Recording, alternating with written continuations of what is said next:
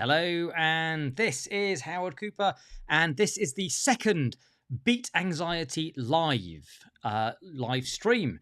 I wanted to say hello because last time we did this, I forgot I had all sorts of bells and whistles that I'd set up. And because it was the first, the technology wasn't quite sure how it was going to run. I kind of shied away from doing some of the cool stuff, but hopefully we are going to do it now. I can see a few of you have tuned in already. Fantastic. So if you are here, if you are live, please do use the comments, use the live. I will get your questions, your comments, and so on. But I thought we'd do this a little bit differently because last time I just talked for a little bit. I took some questions, wasn't quite sure the structure, how it was going to unfold, but today is different. By the way, if you are joining or you're tuning in for the first time or you're watching this as a replay, if you haven't already, please do go ahead and subscribe to the channel. My background is this: 15 years old, diagnosed with having a severe anxiety and panic attack disorder, 3.5 years of therapy. Quite frankly, did not work. It was traditional talking approaches.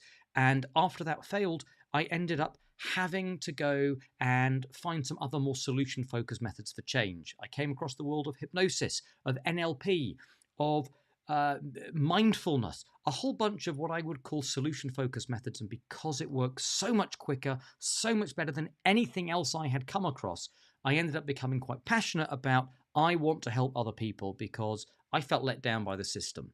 So that's what brings me to here. And now I have spent 20 years as a leading specialist in helping people to break free of anxiety. And I also help people with something called air hunger as well. That's that feeling that you can't take a deep breath in. But if you're here, drop me a like. Let me know that you can see and hear me all right, because then I'll stop worrying about freaking out that the technology has failed us. Drop me a hi and so on. That would be great.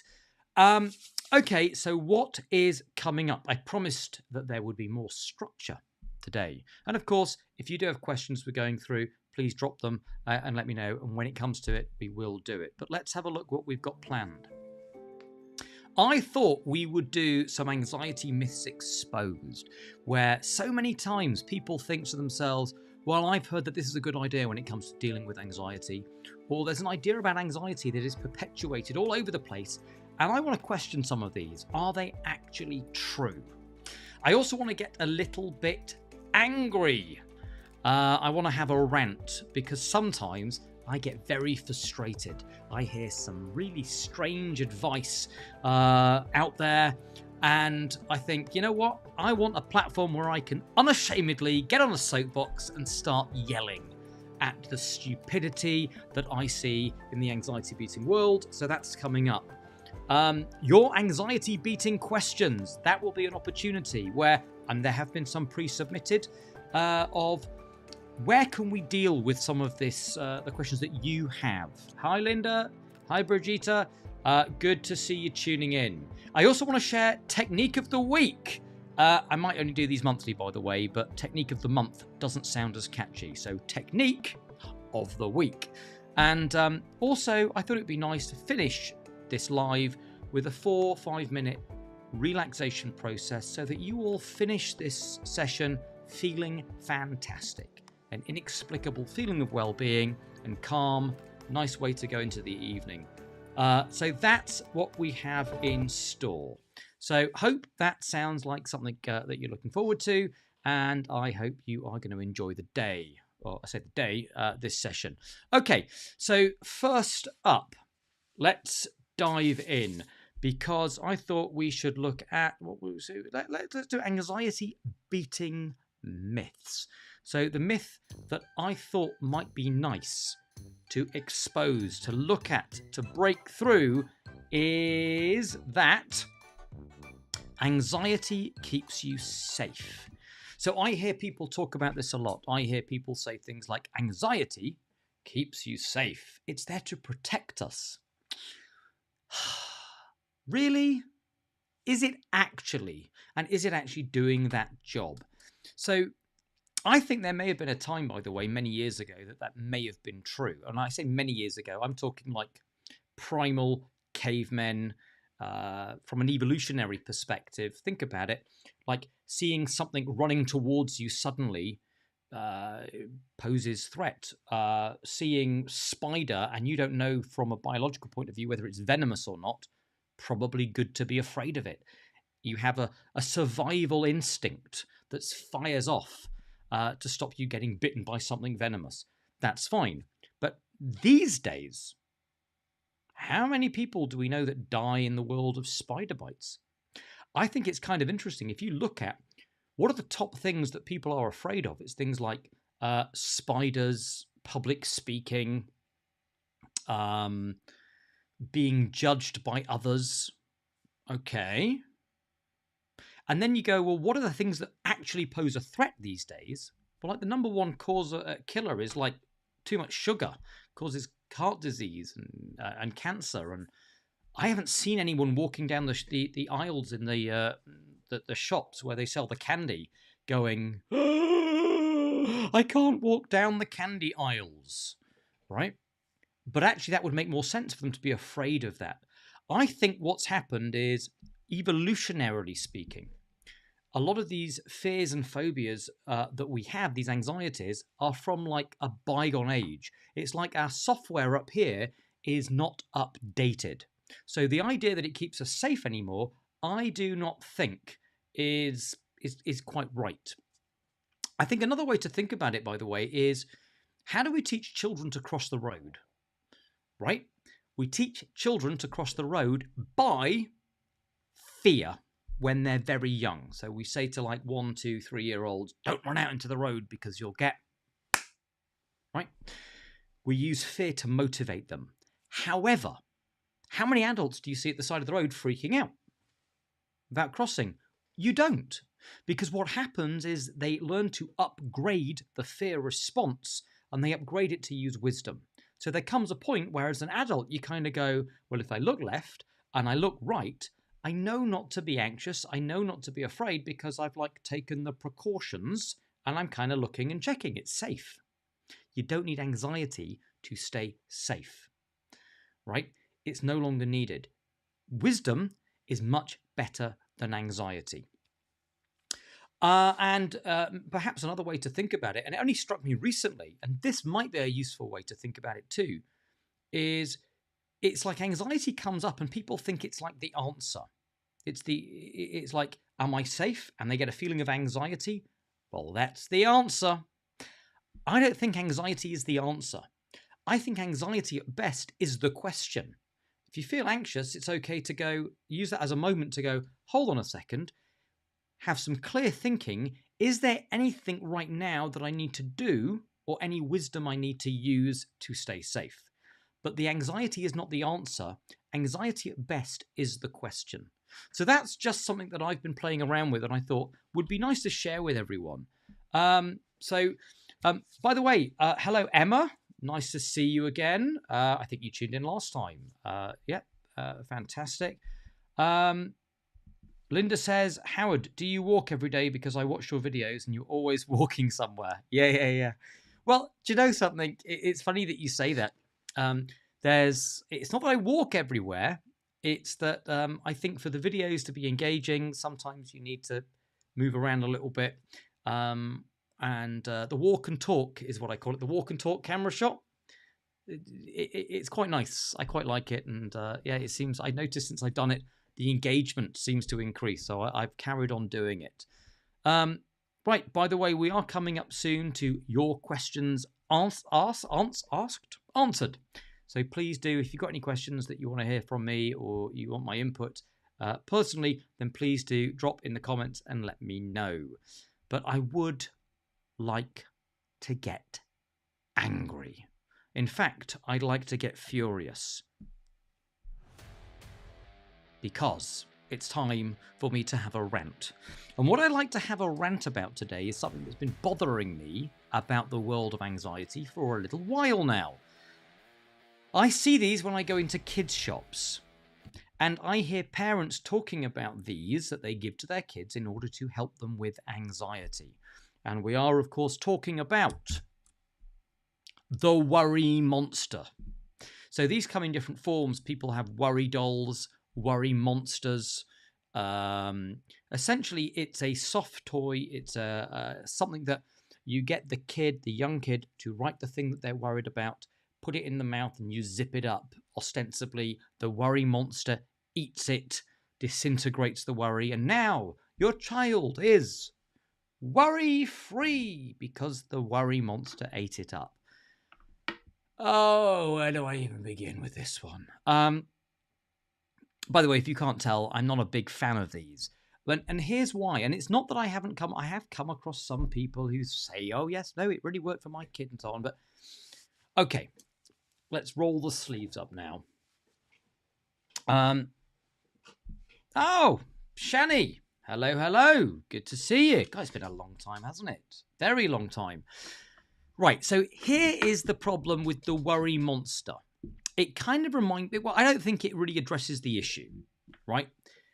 I remember reading years ago a book, and it was a kid's book written to help children with anxiety, ostensibly, and it was all about a little child who was pulling behind them a big cart full of all of their worries. And it talked about all the worries that they had, the worries about bombs, and the worry about school and failure and all of that kind of stuff.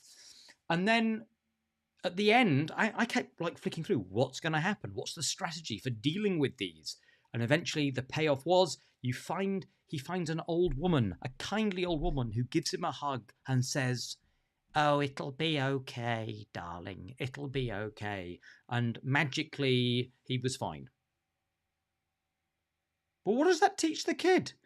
It teaches the kid he has to go around hugging strangers in order to get rid of anxiety, or that someone else's job is the person that has to make it magically go away. And I think the worry monster is a little bit too like that for my liking. It's a little bit like, well, the kid, we put the worry down, and it's the monster's job to get rid of it. The kid doesn't have to do anything. It's like not their job to do it. The other thing, and I have heard, in fairness, I have heard parents say, well, what they do is they write it down, they put it in the mouth, and then at night they open it up and take a look at what's going on. Well, I think fostering good communication between parent and child is good, is important, but don't do that via like peeking on the child's worry monster stuff. Foster a good relationship with them in a different way. But here's what I mean about not really addressing the issue, and I'll give you a real example. My son, George, when he was 5 years old, I think they'd been to a talk at school about the Great Fire of London, and he became terrified of fire. So each night I would put him down to bed, I'd go downstairs, and suddenly I'd hear, "Daddy, help, Daddy, Daddy!" Scream, scream, scream. I'd run up, "George, what is it?" "I'm scared." "What about?" He'd say, "Fire. I'm terrified of fire." And I found myself kind of going, well, there's nothing to worry about. Don't be worried about fire. It's fine. No, you're safe. You're safe. Go to sleep. I'd go downstairs. But this went on for a few weeks, and I was... So should I have like got him to just write down fire and give it to the worry monster? Well, of course not, because here's the problem, and I kicked myself because I should have picked this up sooner. Fire is dangerous. Why would I tell a child, no, don't worry, nothing to worry about? Fire is dangerous. There is actually a threat. So what do? I went up to him one night, the next night, when he said, Daddy, Daddy, I'm scared about fire. I looked him right in the eyes and I said, well, you know what? I think it's okay to be anxious about fire because fire is dangerous. You should have seen his eyes. They just went massive. Like, God, finally an adult was really leveling with him the truth of the situation. Fire is dangerous, I said. Can be. So did you know how we stay safe? And he was like, what? And I showed him that we have a smoke alarm at home. He didn't know about this. And I showed him the sound it makes when it goes off. We tested it.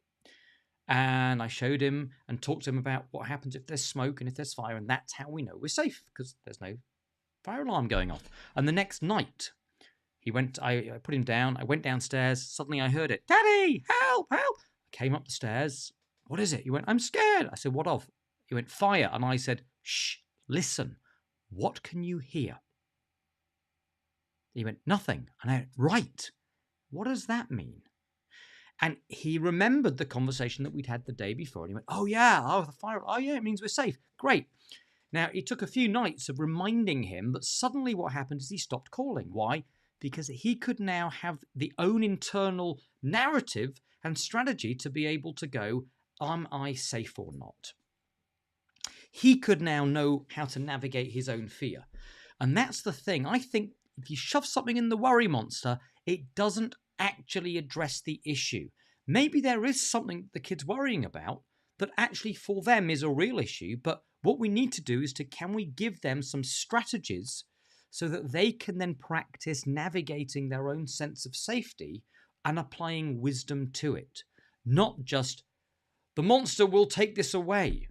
I don't think that's actually, that might, even if it works, by the way, sometimes, I think that would be an example of winning, what's the phrase? Winning the battle but losing the war, or losing the war. I don't know. You know what I mean, right? But that's what I think. I think that would be the problem. So there we go. That's my rant. I actually don't think it was that ranty. I'm going to have to improve on my rants. I think I could get a lot angrier in future. By the way, if there's anything or that you're thinking, I wonder what Howard thinks about that. I wonder if Howard gets angry about that, and you want me to do it as a Howard rants in any future lives, let me know in the comments. So, okay, right, we've got a few people tuning in live, and I know lots of people watch these as the replays, but let's do this. Question and answers. Let's have a look. So after the very first Beating Anxiety live session, we had a question posted from AJ, because I've been talking at the time about how sensations in and of themselves are not actually a threat. The example I gave was this. I said, what does a sensation actually mean? And the example I gave was, if I feel my heart racing, what does that tell me? And people will often say, well, it says that I'm anxious, but I don't think it does. The only thing that it tells me is that my heart's racing. Humans like making meaning. So if I feel my heart racing and I see a beautiful woman in the distance, seeing beautiful woman plus heart pounding, I will create a narrative. I'll create a story which goes, that's attraction, arousal. That's what this must mean. But if I see a spider run out across the kitchen floor, I don't go and ask the spider out on a date. Right? I create a different story. It must be anxiety. But without the story, the sensation by itself doesn't tell me anything. That's the preempt for this question, because AJ said, but what if my sensation is chronic dizziness? As with PPPD. By the way, PPPD, as I understand it, is persistent postural perceptual dizziness. That's not something I would want to say more than once. And what he writes is, it's definitely, or she, it's definitely a threat because it doesn't allow me to work or do things. So how can I not see this sensation as a threat? It's a great question. It really is. And I did promise in the response that I would deal with it on the next Anxiety Beating Live. And that is now. So I'm not saying that sensations are pleasant. You can have really unpleasant sensations, but I tell you something. If you attach a story to them of suffering and problems, it does exacerbate and makes the suffering much worse and makes the sensation much more persistent and much more aggressive. So dizziness. Well, the first question I would have is it possible for someone to be dizzy and not actually attach an unpleasant feeling or emotion to it? I remember thinking about this as I saw my daughter in the playground, and she just loves to be dizzy, right? Spins round and round and round as fast as she can, and then loves sort of wandering around, staggering like she's had too many gins. But that's the thing. Is there anything inherent in the feeling of dizziness that means it has to be unpleasant? Now, I'm not saying that it's easy, but I'm simply questioning, is it compulsory to feel like it's unpleasant? Now, likely, if you're listening to this, AJ, you're going to go, well, of course it is, because, as I said, it stops me doing things, and it stops me working, and Right. Which I would agree with to some degree. But here's the thing. I'll often ask people who have very unpleasant sensations, I'll say, listen, if you had a button and you knew you could turn it off immediately, that sensation, would it scare you as much? Would you have as much anxiety about it? And people more often than not will go, well, no, because I could just turn it off. That's kind of interesting, because if you really stop and think about it, what that points towards is it's not the experience or the sensation in this moment that's the problem. It's the perception that it's going to last, or the perception that you can't get rid of it, or the perception that you... And at that moment in time, the future hasn't come. It's just this moment. So I think there is some real work and reflection required on staying present with the sensation.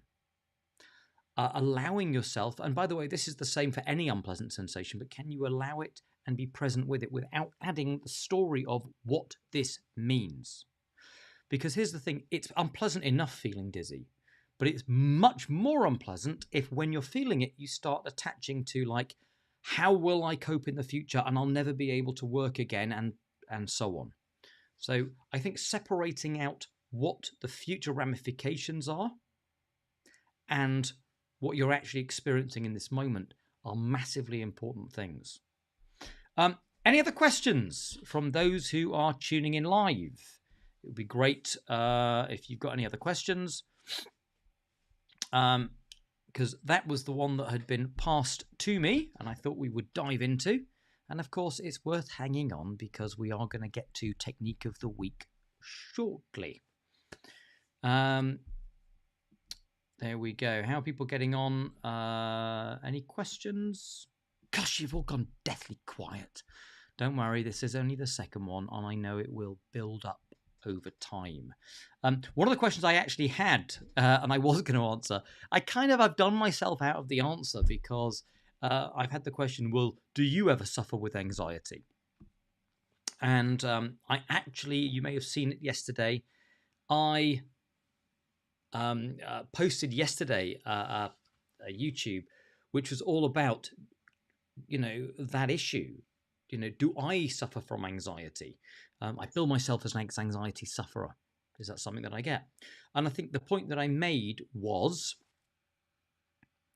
there's a difference between having a normal relationship with anxiety and suffering with it.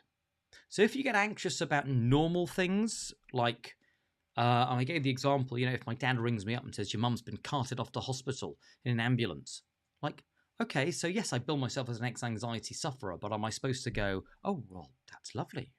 What wonderful news. I feel very zen at the moment that my mum's gone to hospital and I have no idea. Of course not. I would have a normal response to that. But at the same time, I would also likely very quickly cotton on to, don't get ahead of myself. All this thinking of catastrophic thoughts are just thoughts. And I would then clarify. So there's a big difference between having anxiety and suffering with anxiety. Suffering with anxiety tends to be where you get so absorbed into the story that you and so on, that it takes on a mind of its own. Bajita says, what if people see you are dizzy or sees that you're having an issue or sighs a lot? How do you address it if people wonder what's the matter? Well, the question I would have is, first of all, how do you know that that's what they're wondering? And how do you know that even if they are wondering, that that's necessarily a bad thing? That they're judging you harshly? That it's like, in order for you to feel anxious, you would have to get very caught up in your thoughts that they think badly of me, and that the thoughts of them thinking badly of you actually is a danger or a threat to you somehow. And that would be the thing to kind of begin to challenge. Like, is the image in my mind of them thinking bad thoughts either them actually thinking bad thoughts about me, and is it even a danger to me? An interesting thing to do is if you saw someone struggling, what would you think about them?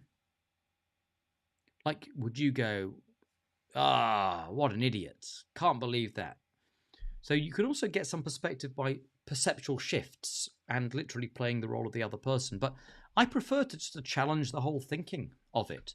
I think that can be a lot more effective. And yes, it can take some practice, but it really forearms you around judging or people judging. Any other questions? I'm trying to keep this a bit shorter and a bit punchier because I know people like to race through these as well. Okay, look, if you've got any questions, I might come back at the end and do this, but I thought we might dive into anxiety beating technique. That is technique of the week. Oh my God, it's turned into a game show. Okay, all right, technique of the week. This is a really fun, simple technique for beating anxiety. This is a way to turn off internal dialogue. So if you have a lot of racing thoughts, like perhaps, and you could apply it to, oh my God, what will other people think if I sigh a lot? What will other people think if this happens? Or what if the worst case scenario? Or what could you do? Well, what you do is this. You just let your mouth just open a touch. And you keep your tongue at the bottom of your mouth. That's it. Why is this effective? Well, here's the thing. When some people do mental talk, what they do is something called subvocalization, where as they think it with words, internal dialogue, they kind of mouth. Inside, they almost go through the unconscious micro movements of the tongue to actually make the sounds as though they're really talking. And if you drop your mouth a touch and you keep your tongue down, it literally stops you subvocalizing in the same way. So some people describe that when you stop moving your tongue and you let your mouth drop, it's like it's harder to think in words. So that's a really cool and simple way of So that is technique of the week. But I notice we've had another question in from Linda. Linda, oh, wow, okay, let's see. Linda says, how did you get yourself better from anxiety? I mean, that's a topic for another day. But again, it's all the same sorts of things that you've heard me talking about before. It's really getting to the point where I could know that I was just thinking, not get absorbed into my story, but essentially let go of having to be perfect. Having to things to, I mean, look, I rail about toxic positivity. That'll be a Howard rant at some point. This idea of like people go, you have to think positive and you have to feel good all the time. Ironically, the moment I was more willing to have anxiety, the moment it kind of lessened. And then I stopped thinking to myself, well, now it has to go completely. I have a much more normal relationship with it. And that helps too. But there are so many aspects to that, which is why it's worth just tuning in, watching the videos, keep tuning into the lives, because all of the stuff that helped me is the stuff that I'm sharing. And all the stuff that that helped me is the stuff that I share with my clients who come and see me. Let's take a moment, and I thought it might be nice as we finish off, and yes, I did want to be about 35 minutes, so this is good. I thought it'd be nice to do 4 or 5 minutes of gentle relaxation, just to really help kind of chill you all out, make sure you're in a lovely mood for the rest of the day. And yeah, and if you've got any feedback about this new format of doing them like this, let me know in the comments. That would be great too. So let's do some anxiety release, as it were. So I have an invitation for you all to make yourself comfortable, to close your eyes,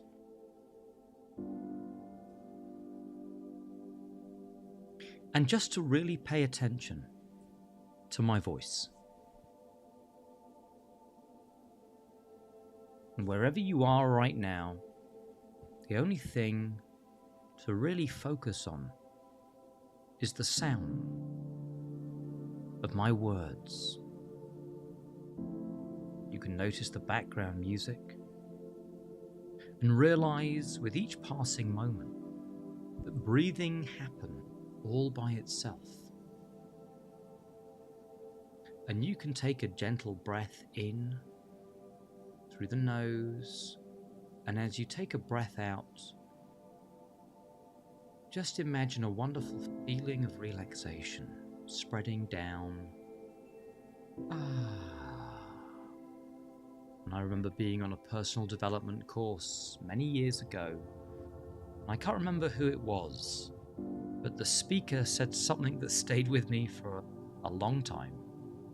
He said he believes there's only two types of people in the world: bath people and shower people. And I don't know which you are, but I know there's nothing quite like that moment when you get into a bath or you get into a shower at the end of a long day. It's just the right temperature. And as you feel the water on the back of your neck, all human sound of just letting go.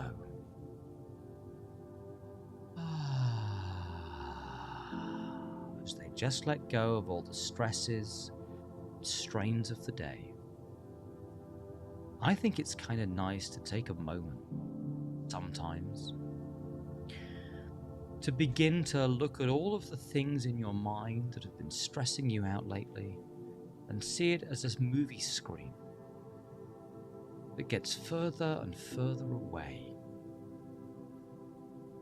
Almost like making it black and white, making it out of focus, and just have it float off. And as this movie screen with all of the worries, stresses of the day floats off into the distance, you can just notice space,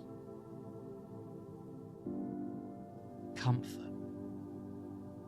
And I don't know which part of you feels the most comfortable right now, but find that moment, that point of comfort, and almost envelop into it. And if comfort had a colour, if calm had a colour, what colour would it be for you? And then spread that colour to every single part of you. And just drift, just relax, and just allow yourself to quieten your mind. And imagine having this feeling of calm, safe, at ease. This calm colour spreading over you and into tomorrow, so that when you wake up in the morning, you take a gentle breath and you have this wave of calm, so that you know that you're a little bit more armed for the day. It's like a reset, like a moment to go, you know what? Things are gonna be okay. And as you connect with that, take a moment and just think about those things that perhaps you're grateful for. Whether it's just the fact that you're here right now, whether it's that you've got a roof over your head, doesn't have to be big, it could be a little thing. And just connect with something. And as you take a moment, just to feel just a sense of inner well-being, knowing that that can stay with you. And if you've connected with this, guess what? Why do you have that sense of well-being? It's because you just gave yourself permission to just imagine things a little different. That's all. And if you could imagine things a little differently and it made you feel a little better, then I give you permission, and you can give yourself permission to each day give yourself permission to feel a little bit better, because why the hell not? When you're ready to open your eyes, come on out with this inexplicable feeling of well-being, just taking a moment to just de-stress just a touch. and just be. And I'd like to share with you a comment. Now you're back with me all the way here, listening. Thank you so much, Hugo. Hugo has just shared with me, thank you for what you do. You've helped me during a difficult time that I thought I would never get out of. Hugo, that means a lot. I know we've never met. I know that you've followed me and you've had some comments on my YouTube videos. So that's the sort of stuff that really makes me feel great about what I do, because, you know, when people message with the impact that it has on them, I really, really, really get a huge kick out of it. And that's what makes me do what I do. And I love it so, so, so much. I really do. And Linda says, please keep these videos going. It helps a lot of people. Lovely to know you care. I really do. My heart goes out to anyone who's struggling and suffering. And I will be doing these more regularly, and hope this new format where we have a little bit of fun as well as dealing with some of these issues is working for you as well. All the best. Any questions, any comments for future anxiety beating techniques, future questions you want me to cover, future Howard rants, future anxiety beating myths exposed, or maybe you've seen a meme somewhere and you go, what would Howard's take on that be? Then please do let me know. And remember, if you're not subscribing to the channel, please click subscribe and make sure you follow, and then you'll be notified of all these lives and all the other stuff. And thank you so much for tuning in. Please, the format seems to work, and I hope you enjoyed. All the very best.